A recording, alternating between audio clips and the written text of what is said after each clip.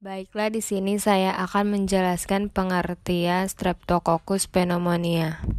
Apa itu Streptococcus pneumoniae? Streptococcus pneumoniae atau Pneumococcus adalah bakteri gram positif yang merupakan penghuni normal pada saluran pernapasan bagian atas manusia.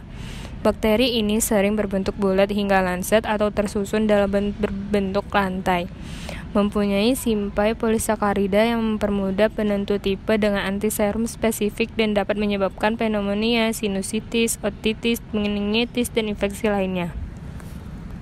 Streptococcus pneumoniae pertama kali diisolasi dari air liur pasien rabies pada tahun 1881 oleh Louis Pasteur, dan hubungan antara pneumonia lobar dan Friedlander dan Talaman pertama kali melaporkan bakteri tersebut pada tahun 1883.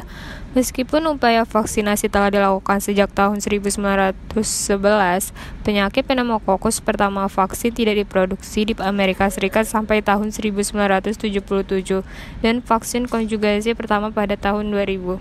Streptococcus pneumoniae adalah organisme anaerobik fakultatif berbentuk lancet, gram positif yang biasanya berpasangan atau dalam rantai pendek. Streptococcus pneumoniae yang dienkapsulasi bersifat patogen bagi manusia, dan polisakarida kapsuler adalah dasar klasifikasi organisme tersebut. Pada tahun 2011, total 92 serotipe terpisah telah diisolasi. Epidemiologi Streptococcus pneumoniae. Yang pertama, Streptococcus pneumoniae merupakan organisme yang tersebar di seluruh dunia. Infeksi ini terjadi selama musim dingin dan awal musim semi. Dengan sifat yang komensal, organisme ini terdapat di nasofaring anak sehat. Kemudian, data epidemiologi kolonisasi telah didapat di beberapa negara di Asia. Seperti di Jepang, 22% anak sehat mendapat kolonisasi Streptococcus pneumoniae. Kemudian di Thailand terdapat 16%, dan di Indonesia sendiri telah dilakukan penelitian di Lombok dan di Semarang. Kemudian terdapat 48% pada anak Lombok, dan di Semarang terdapat 43% yang menjadi carrier bakteri ini. Selanjutnya, menurut UNICEF dan WHO tahun 2006, pneumonia merupakan penyebab kematian tertinggi pada anak-anak.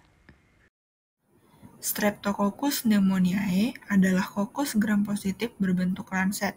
Lancet merupakan bentuk kokus memanjang dengan lengkungan luar agak runcing. Biasanya, bakteri ini terlihat sebagai sepasang kokus yang sering disebut dengan diplococcus, namun bisa juga muncul secara tunggal dan dalam rantai pendek. Ketika dikultur pada agar darah, bakteri ini akan bersifat alfa hemolitik.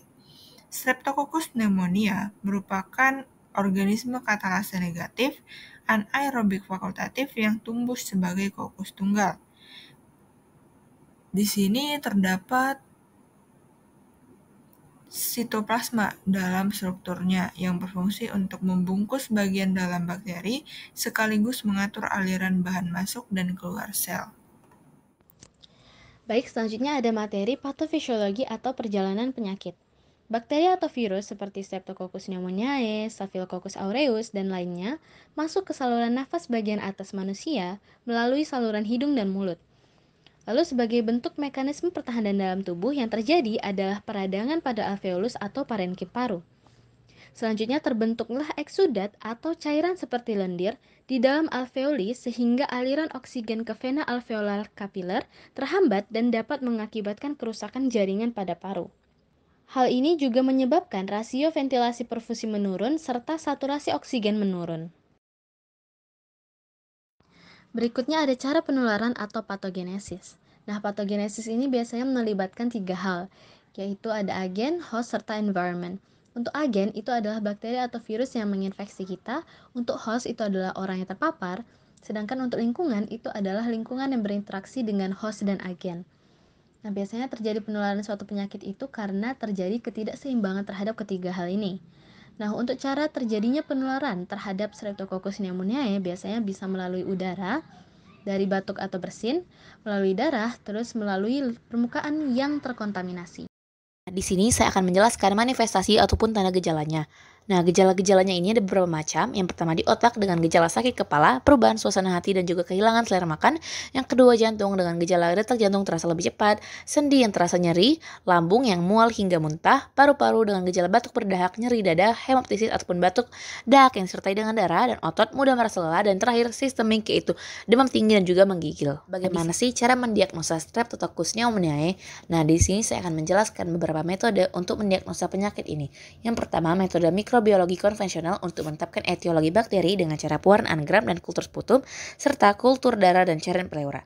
Yang kedua, metode deteksi antigen pneumococcus, yaitu metode yang terancang untuk mendeteksi sampel seperti dahak, urin, nafas, cairan pleura, dan darah tepi dengan cara deteksi asam serikat dan juga deteksi polisakarida kapsular. Yang ketiga, uji aplikasi asam nukleat yang berfokus pada beberapa target, yaitu gen pneumolisin, gen autolisin, gen adhesin dengan cara penggunaan darah dan juga spesimen saluran pernafasan. Untuk mencegah penyakit pneumonia ini ada beberapa cara yang dapat kita lakukan. Yang pertama, rajin mencuci tangan dan menjaga pola hidup sehat. Yang kedua, berhenti merokok dan hindari alkohol. Kemudian, imunisasi. Imunisasi yang dapat diberikan seperti imunisasi HIB, imunisasi pneumococcus, imunisasi campak, dan pertusis. Kemudian ada vaksin. Vaksin yang dapat diberikan seperti DTP3 dan HIB3 pada anak usia 1 tahun, dan juga ada vaksin PCV. Halo semuanya, saya di sini akan memaparkan materi tentang cara pengobatan Streptococcus pneumonia. Nah, salah satu cara mengobati penyakit infeksi yang disebabkan oleh bakteri ini adalah dengan menggunakan antibiotik. Antibiotik merupakan senyawa kimia yang dihasilkan oleh mikroorganisme yang berupa bakteri ataupun jamur yang memiliki sifat mampu menghambat pertumbuhan hingga membunuh mikroorganisme tersebut. Ada beberapa obat antibiotik untuk mengobati penyakit ini, mulai dari penicillin, vancomycin, macrolide, amoxicillin, dan masih banyak lagi. Pilihan antibiotik yang digunakan perlu disesuaikan dengan jenis kuman yang menjadi penyebab pneumonia. Antibiotik bisa diberikan oleh dokter dalam sediaan obat minum, seperti tablet dan kapsul atau melalui suntikan. Untuk mengobati pneumonia berat, disarankan sang penderita menjalani perawatan di rumah sakit, dan dokter dapat memberikan obat antibiotik dalam bentuk suntik melalui infus. Nah, di sini saya akan memberikan salah satu contoh antibiotik, yaitu adalah amoxicillin. Amoxicillin merupakan antibiotik beta-laktam yang berspektrum luas dan sering digunakan untuk mengobati berbagai penyakit infeksi yang disebabkan oleh bakteri gram positif dan bakteri gram negatif, seperti infeksi telinga, pneumonia, pharyngitis streptococcus, infeksi kulit, infeksi saluran kemih, infeksi salmonella, infeksi chlamydia, dan penyakit Lyme. Antibiotik beta-laktam adalah golongan antibiotik yang memiliki kesamaan komponen struktur berupa adanya cicin dan beta-laktam.